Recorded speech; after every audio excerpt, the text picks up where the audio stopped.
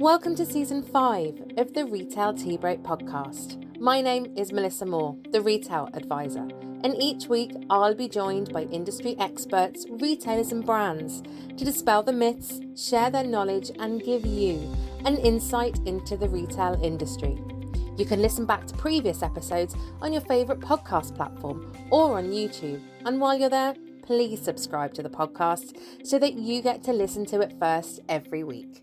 In the meantime, grab that cup of tea, sit back and listen in to Season 5 of the Retail Tea Break podcast. Today's episode of the Retail Tea Break podcast is sponsored by Salesforce, who bring companies and customers together. And I'm joined by two very special guests today. Sarah Esler, Digital Product Lead at Brown Thomas Arnotts, and she's responsible for turning ideas into customer-centric solutions. This includes the product management and delivery and development of brownthomas.com, arnotts.ie, as well as the iOS and Android apps. I'm also joined by Natasha Began, Principal Solution Engineer at Salesforce. She drives customer success and innovation through communication and engagement with the Salesforce account teams, customers and partners alike. I'm delighted to welcome you both to the Retail Tea Break podcast. Thanks, Melissa, and thanks for having us. I'm really excited for this conversation. I think it's going to give us an incredible insight into these amazing solutions that you've both discovered, but also around how not only do we need to remember CX, of course, something everyone's talked about so much, but EX and the importance of the employee experience along the way.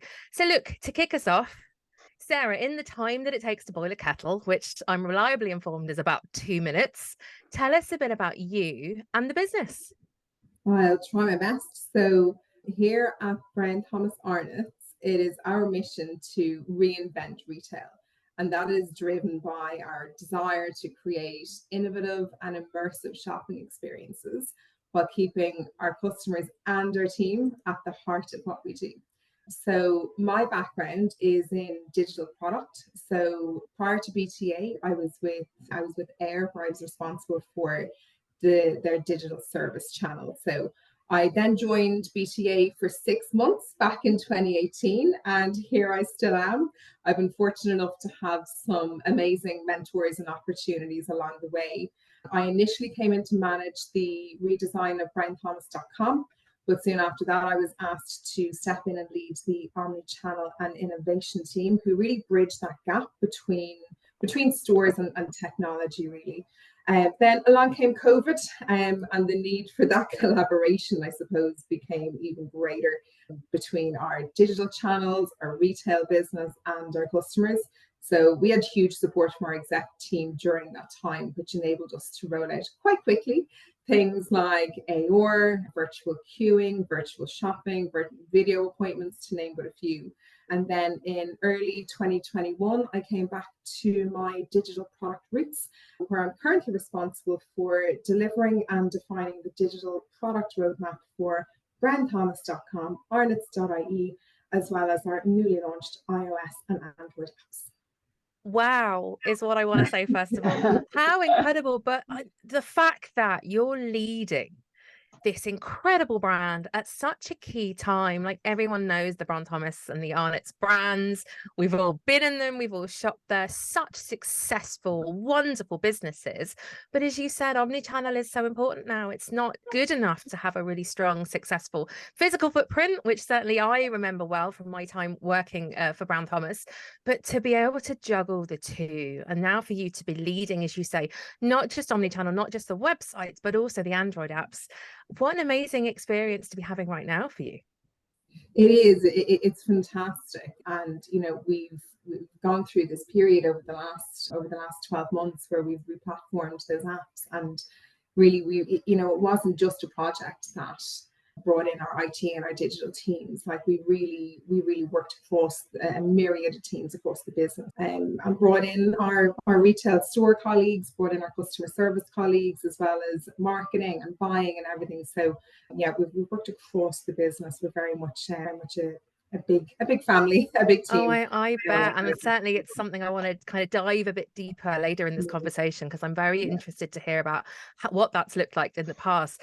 But Natasha, tell us about your role in Salesforce, because I know it's an absolutely fascinating one, but also why employee experience, something I'm really keen to talk about today, why employee experience together with customer experience is so important for retail right now. Yeah, so my role is what they call a principal solution engineer in Salesforce, really fancy term, but it's really to build that technical trusted partnership with our customers so we can understand a little bit more about them in terms of their strategic and tactical challenges. And this then, of course, helps us to position back to them, for example, relative insights into customer use cases from around the world, both in and outside of the retail industry. But we also come back with a point of view. And of course, an outcome-based solution then through the art of the possible demonstrations, which is what we do. Now, these art of the possible demonstrations we love doing, right? And that's where we're really bringing the vision to life using Salesforce technology. And I guess, how do I do this and build that trusted technical partnership? Well, the way in which I do it is through the regular dialogue, conversations, discovery sessions, what we call them, with the customers. And that really helps me and the wider team to construct that playback and read back to them, touching on the points that I just mentioned.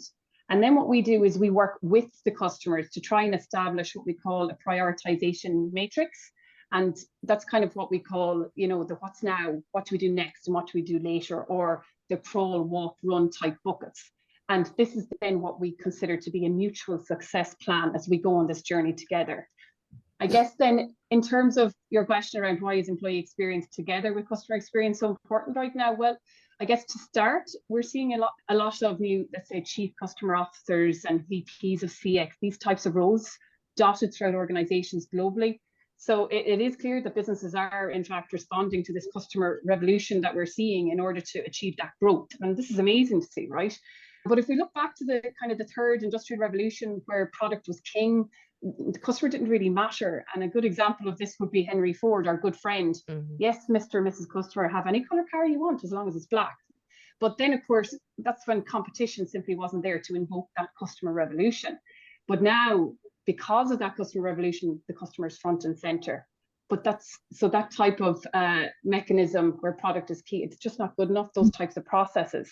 So what we're seeing is that successful retailers are operating completely differently now, and where they're combining employee experience along with customer experience together to deliver these type of exceptional experiences. And examples of this would be, say, the Uber or Netflix or Amazon experiences of this world, where that taxi driver knows exactly where you are at any point, just like you know exactly where that taxi driver is, as an example.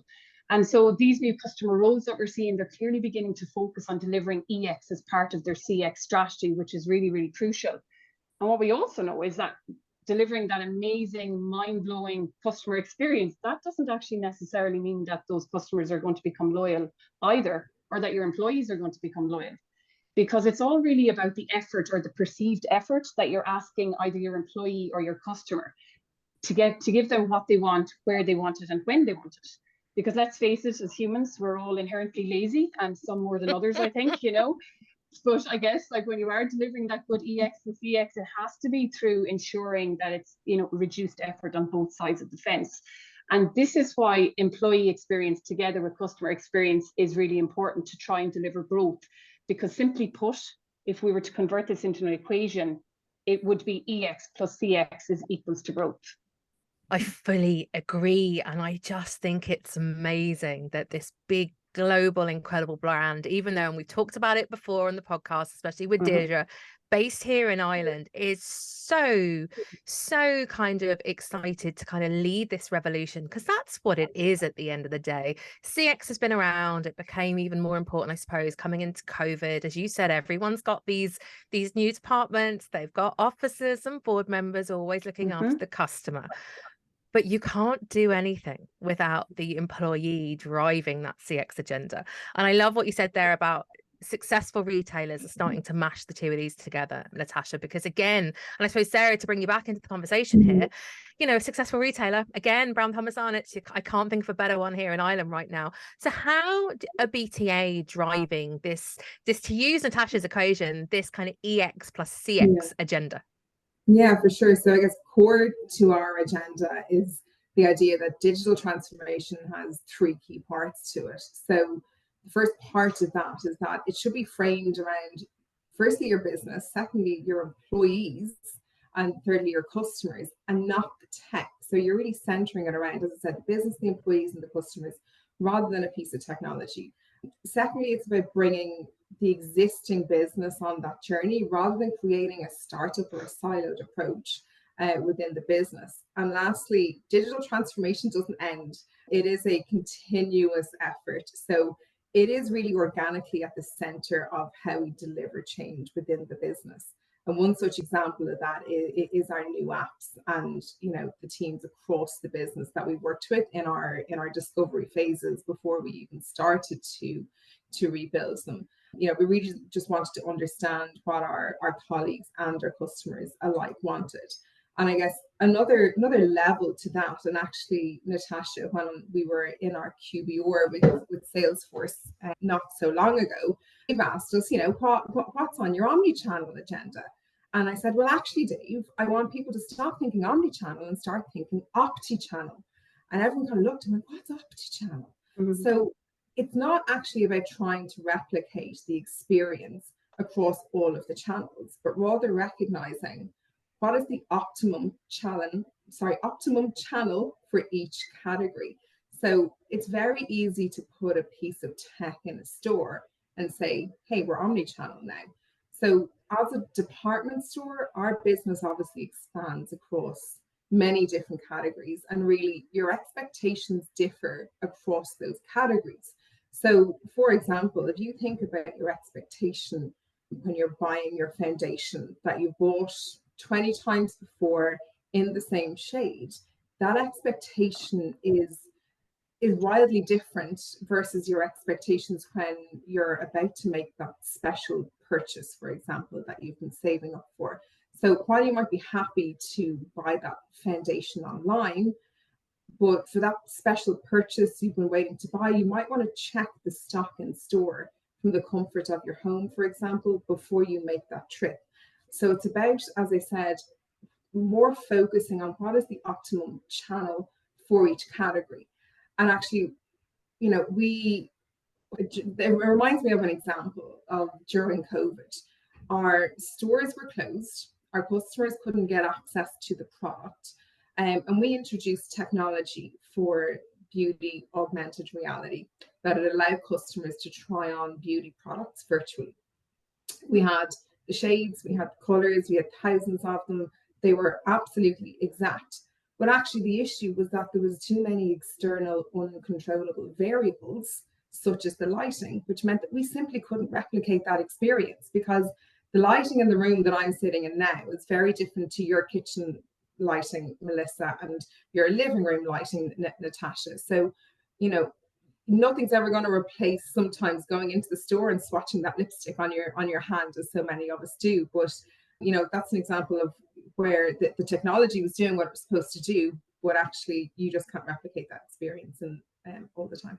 Wow, Opti-channel. I am stealing that with pride, Sarah.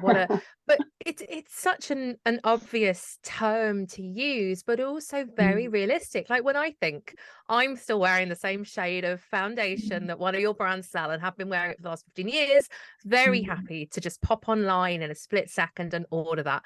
However, I did go into the store in the summer when I was up in Dublin because I needed a refresh of colours, of blush, of eyeshadows, of lipsticks. And I wanted real people to see my skin tone, to see and ask me the questions about when I'm wearing it, how I'm wearing it, how long lasting it needed to be, and then show me shades. So I think you're dead right, especially special gifts. I know I always go into store for those really special mementos, whether it's Christmas presents or birthday, whatever that might be. I love this idea, but again, I think it's very special that Brown Thomas is thinking this way, because again, we're really putting the customer at the heart of everything we do. But also it's kind of very obvious then that your people are aligned with this message, that they have the training and the knowledge that actually they want to deliver this type of service, and that's your expectation. So again, it's bringing this EX and CX together, which I love. It's fantastic. But Natasha, I have to say, and it's brilliant to see that kind of Brown Thomas are leading the way here, that they really do believe, as they said, in this business, employee and customer kind of triangle almost. But the message coming from a lot of C-suites, Natasha, is that they're still entirely focused on CX. You know, they talk about customer centricity all the time, as if it's kind of like a silo. Why on earth do you think that is? Yeah, it's a really good question. And yeah, I agree with all your points on Brown Thomas Arnotts, and the role and what they're doing there is amazing. I guess what we're seeing is that leaders, they are trying their best to stay ahead of the game, right? Everything's moving at such a fast pace. But as a consequence, they're rolling out enterprise changes within organizations, sometimes, and in fact, a lot of the time, without actual discussion or consultation or any feedback from employees. Yeah. Now, Gartner released what they call the transformation deficit report, and this was essentially a study that was between 2016 and 2022 that showcased how back in 2016 there was only about 2 planned enterprise changes, but this has increased to 10 planned enterprise changes in 2022 as these organizations are attempting to seek faster growth in the market, right? But don't get me wrong, change is really, really hard, but it is possible. Employees can help facilitate those if they're actually given a reason to support that change. And how can they do that? By simply asking them, I guess, involving them at the outset. So what Gartner found was that the statistics behind this was that only 38% of employees are now supporting enterprise change. And you're comparing that to 74% back in 2016. So the employee effort is significantly higher than what customers are being asked to do. And some leaders are just continuing to transform their business without considering that impact to their employees that we spoke about. An example of that, what Sarah kind of touched on. But the good news is that, you know, this machine is in fact on the turn, and leaders and C-suite and some of the roles I mentioned earlier are now trying to help employees embrace this transformation by understanding their employees' unwillingness to support. But just like I said, simply just asking them and including them in the enterprise change actions. And that really is key. So these CCOs and these VPs of CX, they all now have identified that EX is a key part to the CX strategy.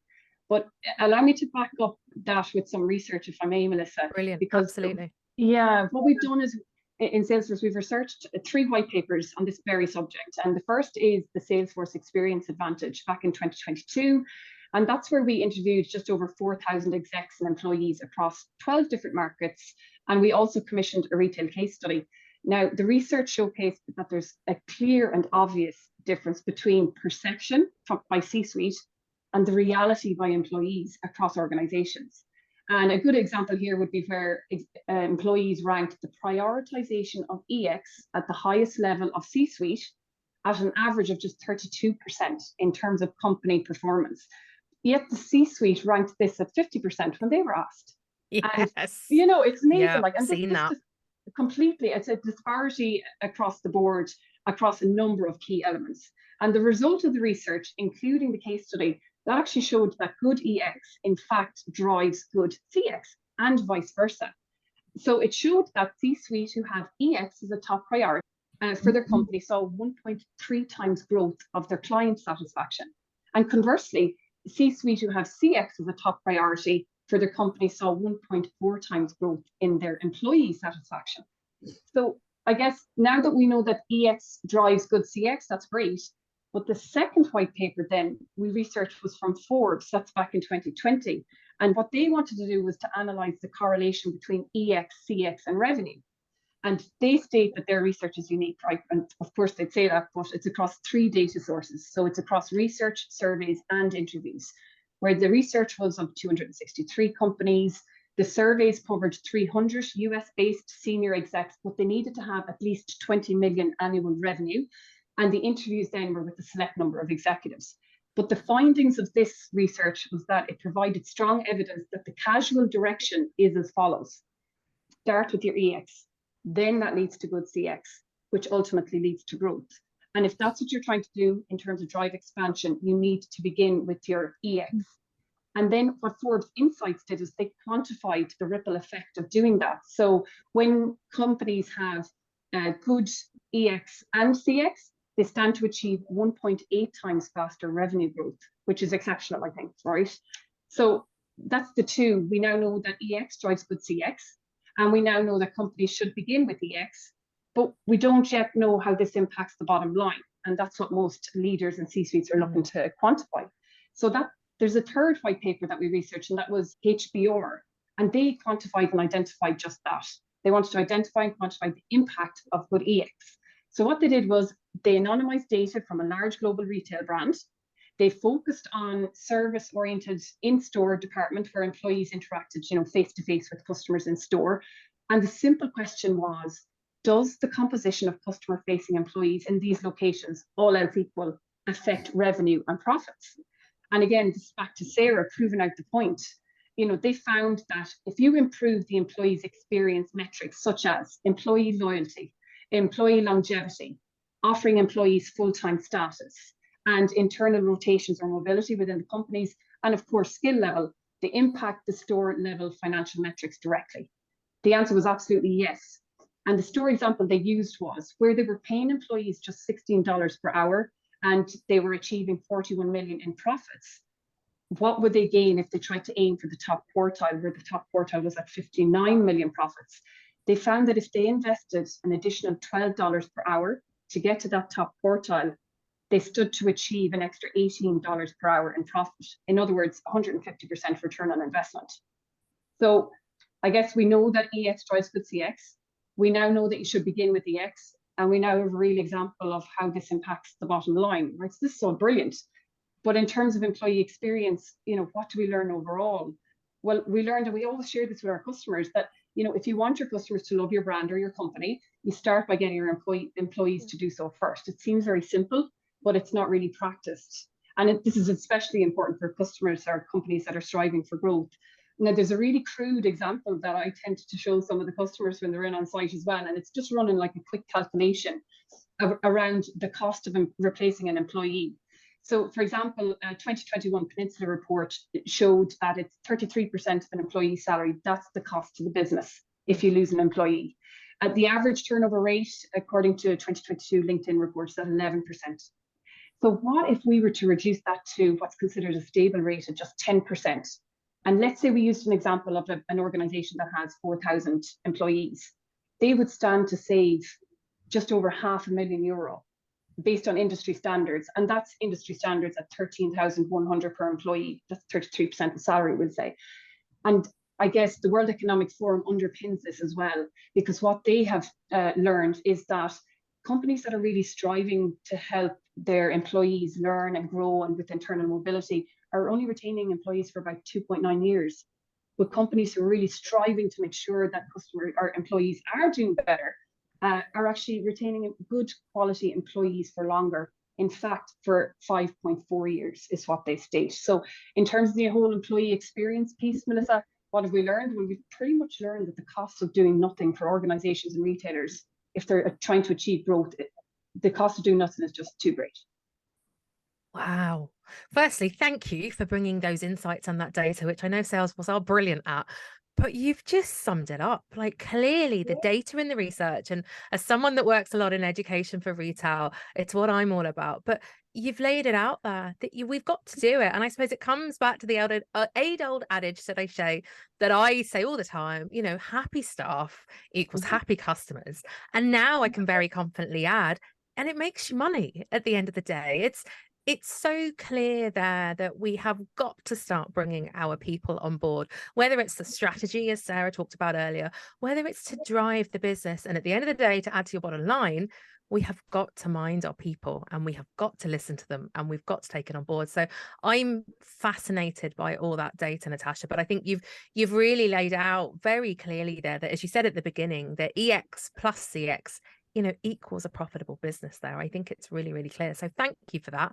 But Sarah, to bring you back into this conversation, now that we know very clearly that EX is where it's at, I want to come back to the app that you mentioned earlier, because we know that BTA have this stunning new app for iOS and Android, an amazing piece of tech. But I'm also very mindful that you said at the start that you don't do tech for tech's sake, which is very nice to hear, because I know there's an awful lot of retailers struggling with that point at the moment. But we've said business, employees, customers, that's how we make these decisions. You've got this amazing new piece of tech, as I said, with this new app. But you were telling me that the research process wasn't just about you guys. This wasn't product innovation. This wasn't just about this kind of digital transformation, that you involved the whole business. Tell us a little bit more about that. We did, yeah. So as I said, we brought in a whole myriad of teams, not just the IT and digital teams, but marketing, buying, customer service, and of course our store retail colleagues. So we brought them into our discovery phase, and to put what Natasha spoke about into real practical examples, some of the things that we discovered were things like there are certain parts of our stores where network coverage, for example, is a real struggle. And actually, when you speak to our store colleagues, they'll tell us, well, the customer can't scan their loyalty cards. So, we're obviously trying to, check the customer out. We want to get them their product and give them an efficient service. But, the customer is standing there with their app and they can't access the old app, by the way, but they can't actually access their loyalty card. So one of the things that we did for our new apps, so it was to enhance that journey really for both our customers and our employees, was to make the new Encore loyalty card accessible both online and offline. So it doesn't matter if your network coverage is completely gone, you can still open the Brown Thomas or the Arnotts app and get access to your Encore loyalty card. I actually really put it to the test recently and opened the app on a flight. And I'm pleased to say that the loyalty card still opened. So I really put that one to the test. Additionally, things like with our customer service team, one of their significant call drivers is customers looking for an update on their online orders. So we completely re-looked at that journey. We redesigned it, and within the apps now, that order experience is much more transparent, it's easy to digest, it's easy to follow. But we're also now proactively sending push notifications to our customers if you have our Brown Thomas or our Arnotts apps, to proactively give you updates on your orders. Additionally, actually, one of the preferred methods of communication between our customers and our customer service team is WhatsApp. So WhatsApp for Business. So what we did was we actually integrated WhatsApp directly within the Brown Thomas and the Arnotts apps. So it's actually a really nice handoff between the two apps. If you're on the mobile app and you choose to chat via WhatsApp, it'll hand off to WhatsApp. And that's actually increased their WhatsApp contacts by about 8 to 10 percentage points. So everyone's a winner there. And then another simple one as well was just extending the store receipts. So now our store receipts go back as far as your loyalty account exists, which is particularly useful for things like electrical warranties, for example. So yeah, it's really about making everyone's lives that little bit easier. There was also some other obvious ones for us to bring in as well. Much loved by customers on our web platform already is the check store stock tool. But actually, which is fantastic for customers, but then when you even think, as an employee, if you're on the shop floor in the middle of December and it's absolutely manic, and you have a customer asking, if you're in Dundrum, if you have a customer asking, do you know if that's in Grafton Street, and you can't get access to a till, you can't get anywhere near a till. I remember it well. Yeah, they can take the app out and say, yeah, here we go. It's definitely in Grafton Street because it's right there in the apps. We've also added how to wear it within the app as well. So you now have the ability to show the other products within the product shots that the model is actually wearing. So again, that's helping both customer and employee because they know exactly how these outfits are being styled. So that also helps the customers to shop the complete look should they wish. And then we've done something quite unique with our content as well, because we know our customers really love to consume and read the content that we have online. So we've brought together a really unique blend of content and commerce in our new, which is completely engaging and completely shoppable as well. So that's proving a big hit as well amongst everyone. Wow.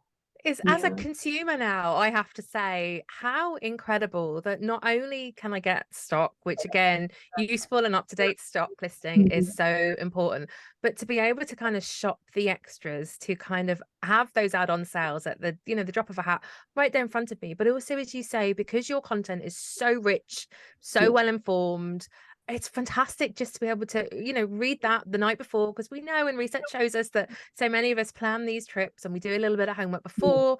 We can do that in store. I love the fact that, it doesn't matter about Wi-Fi coverage, because I do remember that being an issue, but it doesn't matter where you are then, that this app is useful to the customer, which of course, first and foremost, is so important, but that it's really serving the needs of the employee in store. A phenomenal piece of tech. And I think you really do have to be praised for such an amazing piece of kit that really does serve both. Again, it comes back to what Natasha said there. You're serving the employee, you're serving the customer.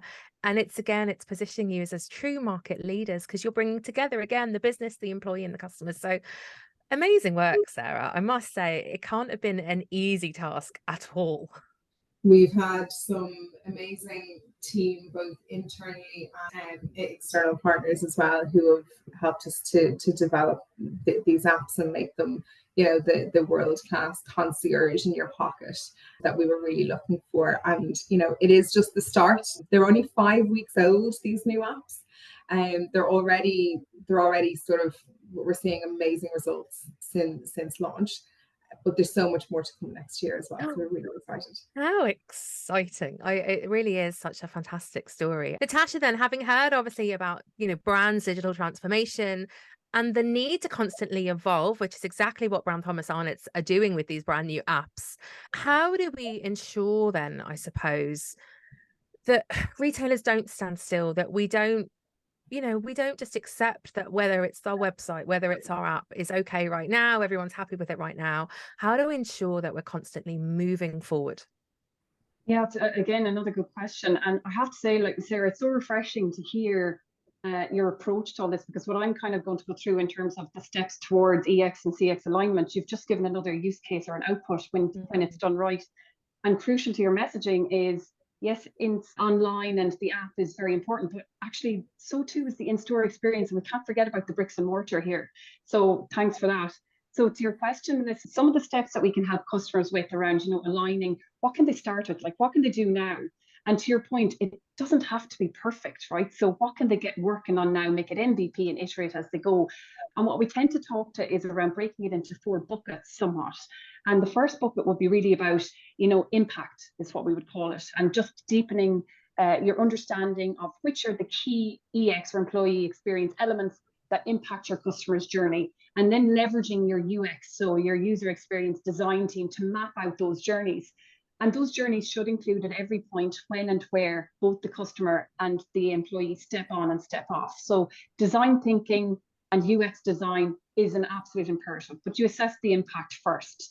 Next would be the second bucket. We'd call it collaboration. And again, it's breaking down those silos. And Sarah touched on that. So ensuring that you have an agile team, I guess, we are focusing on building the integrated model, where marketing and HR and sales are building and executing that consolidated strategy. That is becoming more and more important. It's not a case anymore that you can conceptualize a product and throw it over the fence to IT. That just simply doesn't work. IT need to come on that journey as well, as an example. And the third bucket then would be, we'll say, the tech. We know there's so much tech out there, right? You don't have to buy new tech for everything. It's how do you work with what you have and then elevate where appropriate with additional tech. But ensuring that you're implementing tech solutions that are going to actively reduce effort, as I spoke about earlier. So reducing the customer effort and reducing the employee effort as you transition through your strategy. And then the fourth one is a constant, and that's called feedback, right? So that'll be our fourth bucket. And that's where you're really defining and creating that clear multi-stakeholder ownership of both your employee experience and your customer experience. And that's to establish that continuous actionable feedback loop between leadership and employees. And why is that so important? Well, if employees are willing to give you their time, and equally customers, to give insights and learn their insights, they want to understand and feel that they've been listened to. And how do they do that? Absolutely. Exactly, yeah. So they do that through vision and seeing and feeling and touching and being constantly looped in as companies are trying to to progress and strive for revenue growth. But again, if it's okay, I might give you a couple of additional examples, of course, on top of Brown Thomas Arnotts. A good use case, for example, would be Adidas. So Adidas had a goal to achieve 2 billion turnover from digital and e-commerce based revenues. So they reviewed how they supported their customers. So for example, the as is versus their to be states, if you will. And what they found is that they had independent, brilliant teams working in silos to support the customer, but that was actually giving kind of a fragmented customer experience. So instead, what they did is they picked the best from each team and they created agile teams around different projects. A really good example of this would be how you can now have a really personalized experience as a consumer of Adidas, and you can return a pair of trainers, for example, on Facebook, because they really just wanted to be agnostic of what channel you're on. They wanted to be able to carry on with the channel you were last on. So they're truly agnostic, a bit like what Sarah touched on earlier. So now every project card within Adidas means that different lines of business, they were coming together to collaborate. They were connecting, getting things done with ideas. And really, it shows what it means to have a customer-centric kind of ideation within a company, where they now have unified processes, they have unified KPIs across the organization, all to deliver that good customer experience, which was key for them. But actually, crucially, all of this had an incredible positive impact on the employee experience, as you can imagine as well, because the net had widened in terms of what they had scale and visibility of within the organization. And my second kind of neat example is the Hilton Waitographer. I actually showed this video to Sarah for a bit of fun when we were catching up. Very good, actually. Yeah, it's really fun. I'm not sure if you've seen it, Melissa, and anyone listening in, please have a look at the Hilton Waitographer. It's on YouTube. But essentially, Hilton were very aware that, you know, whether they liked it or not, their staff in the restaurants were being asked by guests to take photos of them as they've dined, you know, for keepsake. And look, I think we're all probably guilty of this. We do nowadays. Yeah, absolutely. Of course we do, with our bog basic phone, right? But of course, you know, factor in that these waiters and waitresses, they're not photographers, but they were often asked to retake these photos. It didn't look good, somebody was cut out, or they might even drop somebody's phone as they tried to do it, right? Because they're in stressful situations. So that's all the fun in the video that you'll see. But what Hilton did then is they decided to get all of the restaurant staff fully trained by professional photographers. So they then could become what they call Hilton Waitographers. And this, of course, has significant positive impact on employee experience and, of course, customer experience. And a lot of the customer experiences are, in fact, shared on social media. So customers themselves are leading the charge on the brand and becoming brand ambassadors. Fantastic. And again, I suppose this is using, whether it's AI or tech, to support, which is what we said right at the beginning is the importance here. It's not about having it first, because it never ever works. So amazing, fantastic kind of insights there again, Natasha. And it's great to kind of hear these different cases as to how it really is working well out there, on top of course, this incredible success story that Sarah says is only really 5 weeks old at this stage. But on that, Sarah, a final question, and it would be remiss of me not to ask this, considering, and I can say Christmas now that we're in November, to say that it's only around the corner. So what's coming up for you and the business now over the next few months? So a pretty busy peak trading period to get through. I know it is a really exciting and busy period every single year, and one actually where we see our teams rolling up their sleeves and getting stuck in to help out and make sure that our customers get their beautiful products and their beautiful gifts in time for Christmas. And actually that in itself actually lends itself to our EX versus CX agenda as well, because you then have guys who are sitting over here in the digital team who, you know, at really busy periods will actually go over to Grafton Street and start helping the guys process the orders. And it gives them a whole new perspective on that side of the house, which then helps us to define those customer journeys and enhance them online with a whole fresh lens on it. So peak trading period to get through first. We very quickly then switch back to delivery mode come January, with our new websites launching next year, followed by lots of exciting additions in our apps throughout the year. As I said, the apps are already going from strength to strength and are only 5 weeks old. We have over 500,000 downloads and updates, which is absolutely incredible When you consider our tiny island, you know, I think it amounts to somewhere in the region of, you know, 1 in every 10 people having our apps, which is incredible. And the apps, as I said, are already going from strength to strength. So lots of exciting stuff to enhance that experience even further next year. How amazing. Well, congratulations, first of all, to you and the wider team for delivering such incredible apps. As we said, so useful for people like me, the shopper, you know, putting that kind of customer at the heart.